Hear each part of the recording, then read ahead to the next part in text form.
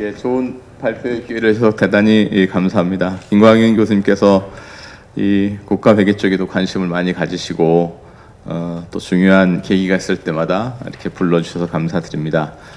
더더욱 오늘 이제 반가운 것은 여기에 이제 제가 2014년부터 조세재정연구원의 국가회계센터에 그 외부 인사로 근무를 했었는데 당시에 이제 불러주신 우리 옥동석 원장님, 좀 전에 발표하셨던 우리 정성호 박사님은 당시 부소장으로 2년 같이 근무했었고, 또 토론으로 오신 우리 오용민 박사님도 당시에 재정본부에서 다 같이 근무했던 식구들이어서 함께 오랜만에 모여서 또 유익한 시간을 갖게 돼서 더욱더 의미가 강한 것 같습니다. 오늘 이제 원래 회장님으로부터 몇 가지 주문을 받았는데 정성호 박사님께서는 이제 재정 분야에 워낙 다양한 제도와 이슈를 이제 말씀을 하셨고, 제가 주로 말씀드리고 싶은 것은 그 대한민국에서 2011년부터 민간 방식의 회계를 국가에도 적용을 하기 시작했는데 그 중에 가장 금액적 임팩트가 크고 아직도 약간의 오해의 소지를 주고 있는 것들이 특수직역연금, 공무원과 군인연금의 충당 부채를 이제 어떻게 볼 것이냐가 여전히 가장 큰 논란이 되고 있습니다. 그래서 그쪽에 주로 포커싱을 하고 이후에 조금 이제 근원위는 할 만큼 이제 우리가 정리가 됐으니까 아까 정성호 박사님 말씀하시고 회장님도 염려하신 것처럼 재정의 건전성이나 지속 가능성을 향해서 민간 방식의 회계에서 그 연금 충당 부채만이 아니고도 쓸만한 정보가 많은데 그 중에서 주로 어느 쪽으로 좀 포커싱을 할까 하는 말씀으로 결론을 내리도록 하겠습니다. 그래서 오늘 말씀드릴 발제 동기는 다음과 같이 이제 되어 있고요. 앞단에 있는 그 재정 건전성과 관련한 지속 가능한 재정 건전성 관련한 것은 결론 파트에서 말씀을 드리겠고, 주로 시간을 많이 쓰게 될 것은 연금 충당 부채와 관련한 그 내용들입니다. 연금 충당 부채와 관련해서 여러 논의들이 이제 2011년부터 계속되어 오고 있는데요. 첫 번째는 가장 기초적인 논의들이 계속되어 왔었습니다. 연금 충당 부채를 인식하는 게 맞냐, 또 인식하면은 재무제표 본문에 넣는 게 맞냐, 아니면 뭐 주석에다 넣냐, 별도 보고서로 빼냐 등등의 얘기가 있습니다만, 이 논쟁은 이제 거의 대부분 다 종결이 된 것 같습니다. 제도적으로 잘 검토를 해서 충당 부채 인식 기준이 되는 것은 인식을 잘 하자라는 것으로 이미 결론이 나 있습니다. 그러면 지금 이제 4대 직역연금 또는 이제 국민연금까지 포함해서 우리의 공적 연금이 공무원, 군인, 사학, 국민연금까지 4개가 있는데 동일한 상황에 처해져 있습니다. 계산은 다 할 수가 있어요, 연금 충당 부채를요. 근데 이 연금 충당 부채를 계산은 다 할 수 있는데 이것을 이제 국가의 부채로 공식적으로 어디까지 인식할 것이냐라는 그 논쟁도 오랫동안 지속이 되어 왔습니다만, 대부분 다 이제 동의가 되어서 공무원과 군인연금은 고용관계에 있고, 물론 사회보험의 성격도 있습니다만 고용관계에 있고, 사학연금은 뭐 국가가 고용주는 아니고요. 국민연금은 순수하게 사회보장적 성격을 갖고 있기 때문에 앞에 있는 공무원과 군인연금에 대해서는 국가 연금 충당 부채로 공식 인식을 하자 이렇게 되어 있고요. 사학과 공민은 그렇지 않다.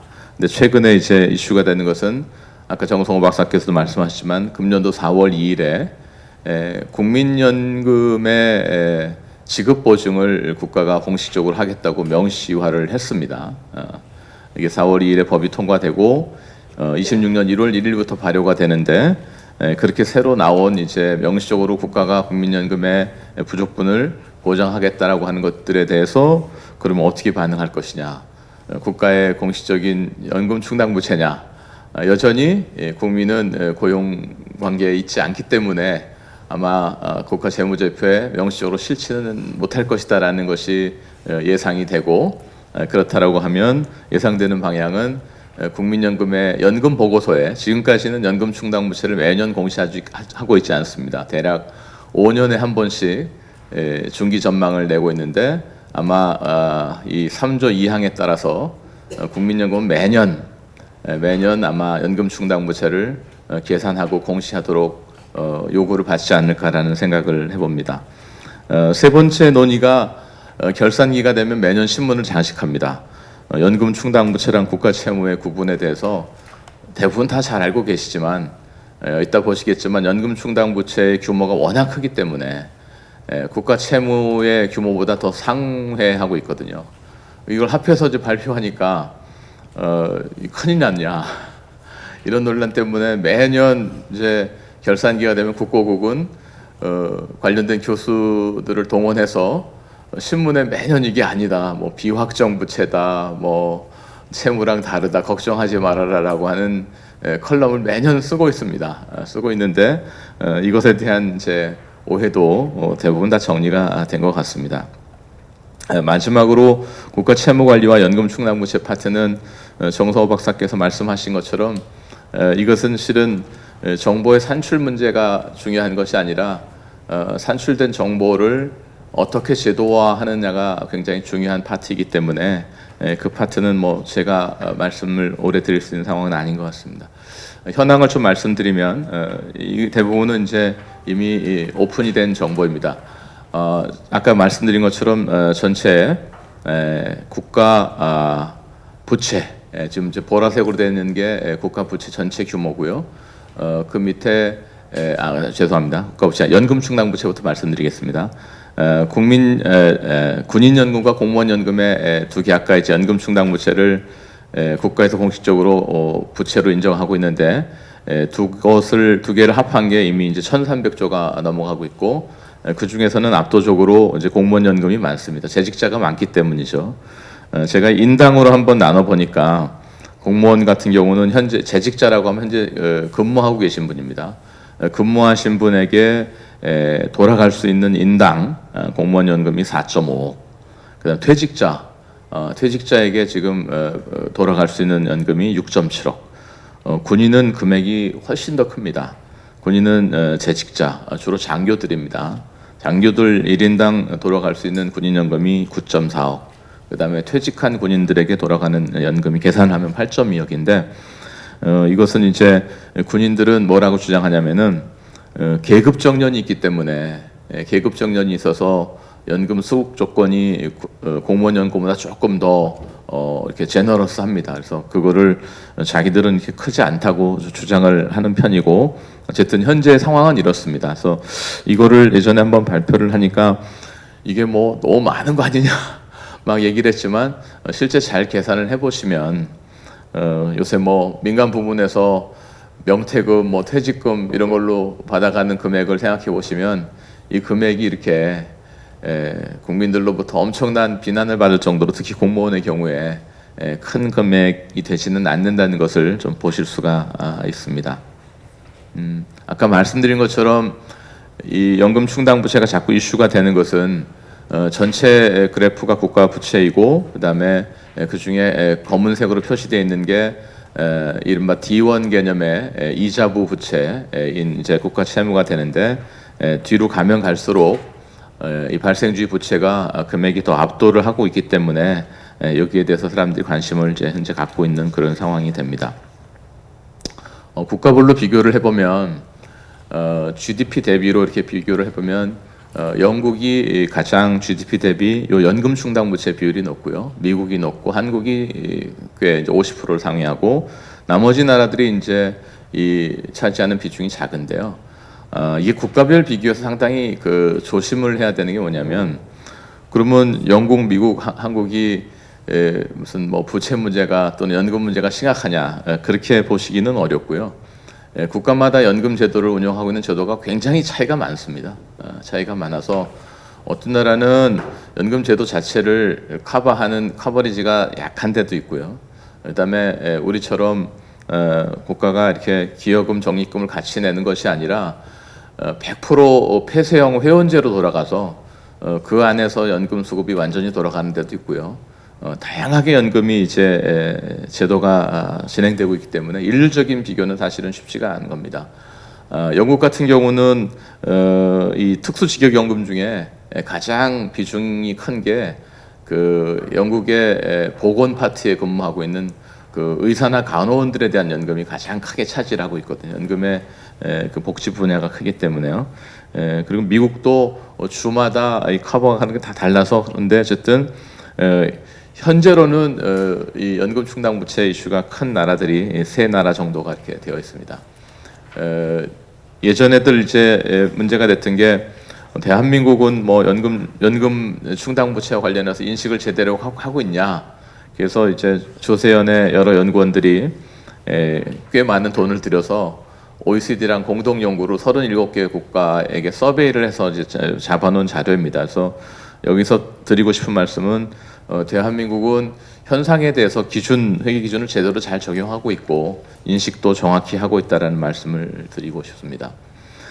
제도상으로 조금 말씀드리면 그 많은 이제 OECD 국가 중에서 연금 충당부채를 계상하지 않고 있는 나라들의 이유를 몇 가지만 보시면 프랑스 같은 나라들 명확한 얘기는 하지 않는데 자기들은 그 부가식으로 지금 연금을 이제 유지하고 있다.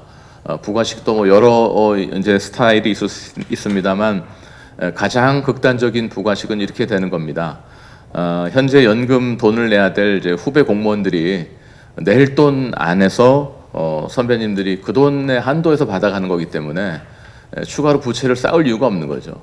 만들어진 재원만큼만 나눠가면 되는 거기 때문에 그러니까 프랑스 같은 경우는 그런 식으로 이제 운영하는 게 있다 해서 자기들은 미래 부채를 굳이 인식할 필요가 없다. 그 해그에 이제 정산하고 끝난다는 거죠.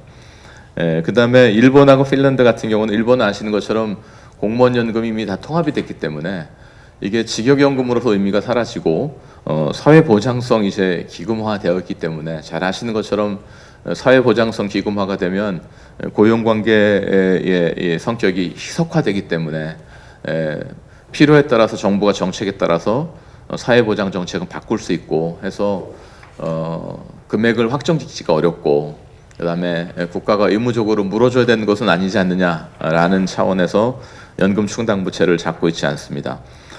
호주나 뉴질랜드는 연금이 여기도 존재하는데 70년대 80년대 연금 개혁을 통해서 연금 충당부채가 계속 늘어갈 만한 기금을 스탑을 시켰습니다. 그러니까 예를 들면 뭐 이런 방식입니다. 85년도 이후에 공무원들은 새로운 연금 제도로 가는데 85년도 이전의 공무원들은 그전 사람들만 연금 제도를 따로 유지하고 그 이후에 취직되는 공무원들은 아까 말씀드린 것처럼 부가식으로 그러니까 매해 정산해서 끝나는 걸로 이렇게 연금을 유지하고 있기 때문에 연금 충당부채 이제 금액 자체가 작은 걸로 나와 있습니다. 참고로 이제 간단히 다시 말씀드리면 연금의 방식 제가 연금학자는 아니지만 우리가 이해할 수 있는 차원에서 설명을 드리면 확정급여형, 확정기여형 이렇게 나눠지겠죠. 확정기여형은 당연히 충당부채를 쌓을 근거가 없습니다. 확정급여형이 됐을 때 이제 충당부채를 쌓을 수 있는 근거가 되는고요. 여기에 이제 적립방식과 부가방식이 있는데 부가방식이 되면은 사실은 연금 충당부채를 쌓을 근거가 없어지는 겁니다. 우리처럼 적립방식이 되고 적립의 이제 커버리지가 완전치 않을 때 이제 연금 충당부채가 얼마냐라는 얘기가 등장하기 시작하는 겁니다. 연금 충당부채와 관련한 이제 몇 가지 결국은 그동안에 논의된 것들을 쭉 이렇게 말씀을 들어보면 아까 말씀드린 것처럼 공무원과 군인연금에 대해서 대한민국은 국제적인 수준의 제도 하에서 잘 인식하고 보고하고 있습니다. 국민연금은 아까 말씀드린 것처럼 제가 이제 문안을 조금 잘못 적었는데 이미 명문화가 됐습니다. 25년 4월 2일 날 법이 통과돼서 국민연금에 대해서 정부가 지급 보증을 약속했습니다. 법적으로. 이제 현재까지는 연금 충당부채를 인식할 근거는 없었는데 이렇게 되면은 뭔가 충당부채는 아마 계산을 매년 해야 될 것이다. 그렇지만 국가의 부채라고 보기는 어려울 것이다라는 겁니다. 여전히 이게 사회보장성 기금이기 때문에 매년 아마 국민연금공단이 계산을 하고 그것을 자기네 아마 연금 보고서에다가 공시를 하는 쪽으로 결론이 나지지 않을까라는 생각이 듭니다. 사학연금은 이제 그 보장 조항이 없어요. 보장 조항이 없는데 여기 제가 내린 결론은 사학연금은 이제 안 써도 된다는데 실은 예민하게 살펴보면 사학연금의 법조항에는 이미 명문화되어 있는 게 뭐가 있냐면 사학연금의 일부 금액을 매년 국가가 부담하도록 되어 있습니다. 소액입니다. 모든 대학 교수의 공무원이 아닌 대학 교수의 기여금, 그 다음에 교직원의 군경력 등등에서 소급해서 들어오는 그 부담금은 국가가 일부를 매년 부담하도록 되어 있습니다. 이미 부담을 하고 있습니다. 하고 있어서 이것도 면밀하게 보면 그 부담 규정을 가지고 사실은 국가의 우발 보증 채무를 계산을 해낼 수는 있습니다. 그렇지만 이게 금액이 크지 않다 보니까 어느 누구도 여기에 대해서는 문제를 제기하고 있지 않습니다. 이게 이제 23년도에 연합뉴스에서 이제 여러 연금 충당 부채를 계산하는 것들을 보여주시고 있는데요. 국민연금이 그해 아마 한 5년마다 한 번씩 내부적으로 이걸 계산을 하는 것 같아요. 국민연금 23년도 현재 적립금이 950조가 깔려 있고 자기들이 계산했을 때 2,500조가 충당 부채로 계산할 수 있다. 막 계산할 수 있는 이미 이렇게 장치들은 있는 것 같으니까 아까 말씀드린 지급 보장 조항에 따라 이런 것들을 매년 아마 계산을 하게 될 것 같습니다. 이게 이제 왼쪽에 있는 그래프가 그 영국의 우리로 치면은 통합재무제표에 나오는 영국의 연금 충당 부채를 분석하고 있는 편인데요. 이거를 이제 제가 별도로 보여드리는 이유는 뭐냐면 이 중간에 이렇게 선으로 되어 있는 게 뭐냐면 연금 충당 부채를 계산하는 데 사용되는 할인율입니다. 할인율. 이 할인율이 저 오른쪽에 보시는 것처럼 0%부터 6%까지 있는데 2009년부터 2024년까지 할인율이 굉장히 그 변동성이 큽니다. 이 변동성이 크다는 게 뭘 말씀드리냐면 연금 충당 부채가 이론적으로 보면은 영국도 공무원들이 재직 연수가 늘어나면 자연히 올라가게 돼 있거든요. 근데 23년, 24년에 보면 이게 30-40%로 툭 떨어집니다. 갑자기 떨어진 이유가 뭐 때문이냐면 위에 보시는 것처럼 할인이 될 이자율이 확 올라간 거거든요. 그러면 한국은 어떻게 되냐? 한국은 그 적용되는 이자율의 변동이 크지가 않거든요. 이게 차이가 제가 정확히 아직 스터디를 하지 않았습니다. 우리는 국공채 이자율을 활용을 하고 있고요. 영국은 아마 우량 회사채 이자율에서 뭐 명목 시장 이자, 명목 그 인플레율을 빼서 지금 적용한다고 하는데 그 어떤 느낌이 드냐면 영국 사람도 어쨌든 이 부채의 속성이 미래 70년 뒤의 금액들을 할인을 하기 때문에 할인율의 변화에 따라서 이 에스티메이션의 절대값이 굉장히 큰 폭으로 변한다는 것을 아마 그대로 보여주려고 애를 쓰는 것 같아요. 그러니까 이 부채의 속성이라는 것이 이런 것이다.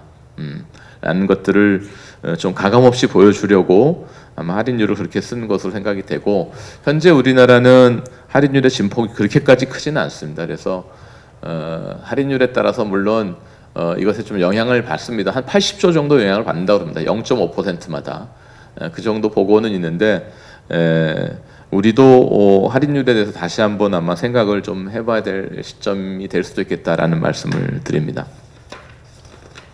정성호 박사님이 이제 자세히 설명을 해주신 파트인데요. 이 파트를 말씀드리는 이유는 다음과 같습니다. 저 얘기를 잠깐 여기서 말씀드리고 가야 되겠네요.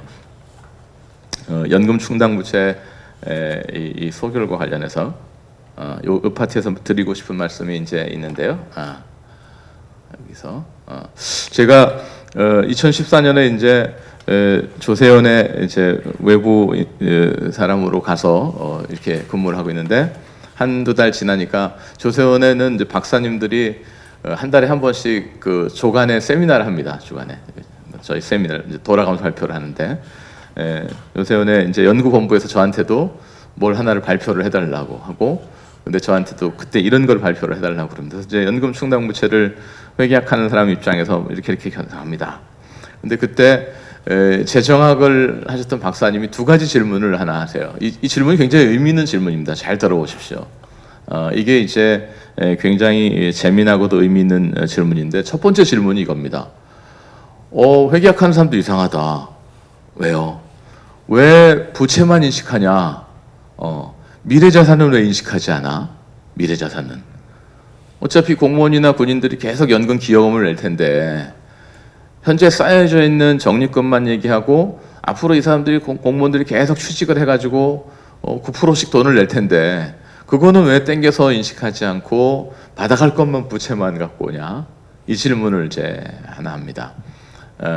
회계를 전공한 사람들은 이제 당장 떠오르는 얘기가 회계는 원래 보수주의에 따라서 부채라는 것은 상당히 좀 미리 조기 경보의 관점에서 인식을 먼저 하려고 애를 쓰고 자산이라는 것은 완전히 손앞에 텐저블 하지 않으면 잘 잡지 않습니다라는 이제 말씀을 드릴 수는 있겠습니다만 이제 그런 차이가 있는 거죠. 결국은 그 얘기는 뭐냐면 그 재정학 박사님의 질문에 답을 하려면 연금 충당 부채 이슈가 아니라 우리가 미래 추정 재무제표를 만들자는 쪽으로 가야 되겠죠. 이건 이제 추정 재무제표 이슈가 되는 겁니다. 미래 추정 재무제표를 다시 만들게 되면은 자산도 그러니까 세금도 미리 들어올 걸 다 생각해서 완벽하게 자산 사이드와 부채 사이드가 어떤 에스티메이션 개념에서 돌아가는 그런 미래의 재정 상태표를 만들어야 되는데 현재 회계학의 프레임에 따르면은 현재 회계학의 기준에 따르면은 부채는 땡겨서 잡습니다만 앞으로 공무원이 내야 될 기여금에 대해서 예상해서 잡지는 이제 않고 있는 거죠. 그러니까 이런 질문은 끊임없이 재정학 하시는 분들 입장에서는 던질 수 있는 질문입니다. 그래서 그거는 뭐 회계가 불비해서가 아니라 이거는 결국은 이제 추정 재무제표를 만들어내야 되는. 그러니까 우리 우리 이 과장님도 오셨습니다만은 중장기 재정 전망을 하게 되면 아마 그런 재무제표를 만들게 되겠죠. 두 번째는 이런 질문 하시더라고요. 국가는 발권력이 있는데 국가는 발권력이 있는데 연금 충당 부채도 뭘 걱정을 하냐. 다른 나라들이 충당 부채 잡지 않는 이유가 부족하면 저 인쇄기 돌려서 주면 되는데. 근데 아마 그렇게 말씀하셨던 거는 약간 놀리려고 그렇게 말씀하신 것 같습니다. 아까 이용섭 청장님도 말씀하셨지만 우리의 경제가 뭐 기축통화도 아니고 그런 상황에서 그 질문은 사실은 뭐 발권력이 작동할 수 있는 가능성은 없는 거겠죠. 그때 그 질문이 이제 계속 기억이 나고 있습니다. 이 파트는 정성호 박사님이 이제 잘 설명을 하셨는데요. 제가 주목하고 있는 바는 이겁니다.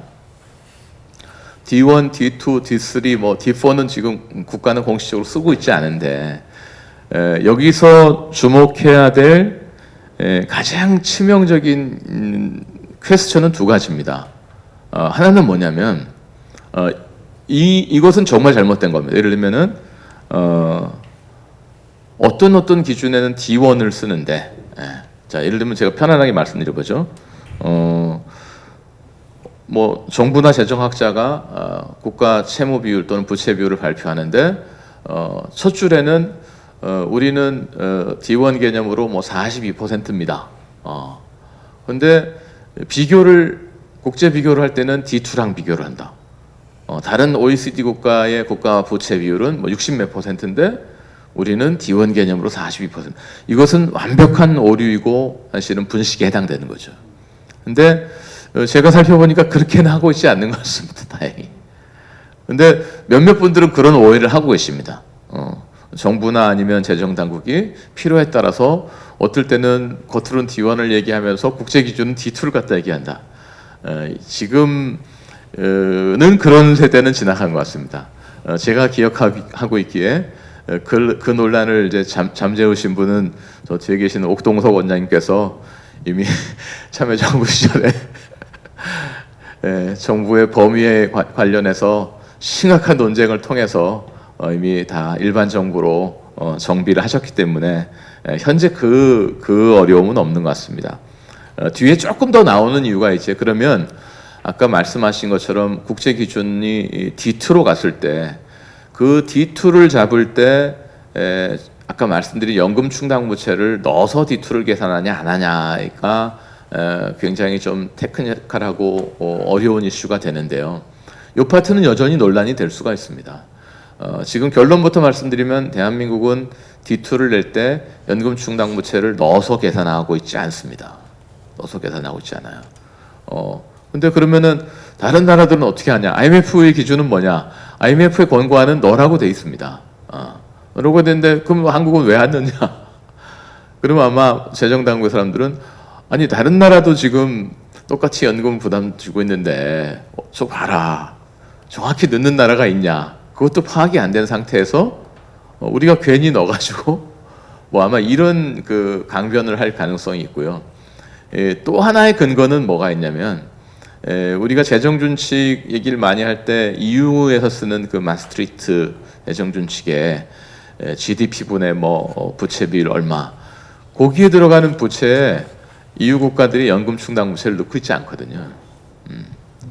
근데 그것도 상상해 보시면 뭐냐면 EU 전체 뭐 열 몇 개 나라들을 쭉 재정 규율을 하는데 나라마다 연금 제도의 상황이 다 다르기 때문에 이거를 그냥 넣어서 하자라는 얘기를 잘 하지 못하는 것 같습니다. 그래서 이 파트를 대한민국이 IMF에 보고할 때 D2에서 연금 충당 부채를 공식적으로 넣지 않는다.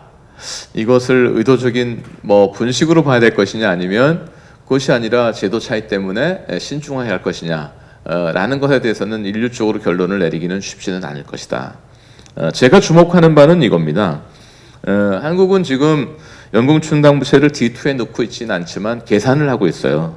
계산을 하고 있고 국회 보고하는 국가재무제표에 명확히 계산을 해서 재무제표 본문에 올리고 있다는 거죠. 1960년대, 70년대 한참 유행했던 재무관리나 회계의 아주 고전적인 이론에 따르면 박성환 교수님이 와 계시지만 우리가 얘기하는 효율적 시장 가설이라는 것의 레슨에 따르면 정보를 잘 계산하는 게 중요하지 주석에가 있든지 아니면 분류가 기타로가 있든지가 별로 중요하지 않다는 것들이 그 당시 어르신들의 교훈이었습니다. 그런 논리에 따르면 대한민국은 잘 계산하고 있습니다. 잘 계산하고 있어요.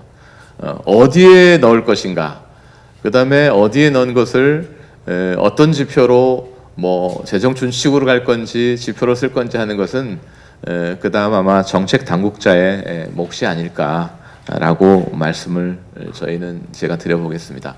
이제 마지막입니다.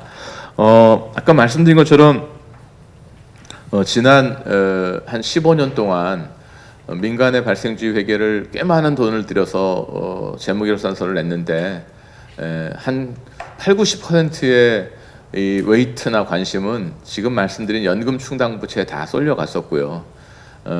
뭐 물론 그로 인해서 박근혜 대통령 정부 때 공무원 연금 개혁이 4차 개혁도 이루어지고 앞으로 각종 공공연금의 개혁이 이러한 아마 연금 충당 부채 정보로부터 촉발이 될 가능성이 대단히 높습니다.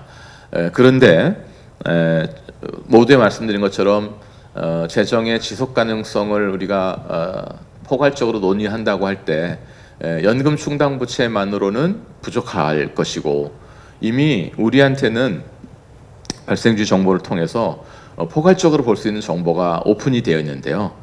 그 정보라는 것이 여기 말씀드린 것처럼 순자산이 되겠습니다. 우리는 부채만 지금 계속 보고 있는데 부채 물론 위험하죠. 부채가 큰 위험하죠. 근데 어느 정도가 위험하냐라는 얘기를 할 때 부채를 갚을 수 있는 자산을 초과하지 않으면 이론적으로는 자산 팔아서 갚으면 이제 된다고 말씀을 드릴 수가 있겠어요. 물론 어려운 자산이지만 그래서 지금 봐야 될 것은 이제 연금 충당 부채에 대한 논의는 충분했고 이제는 재정 건전성을 위해서 주요 지표로 순자산을 쓰자.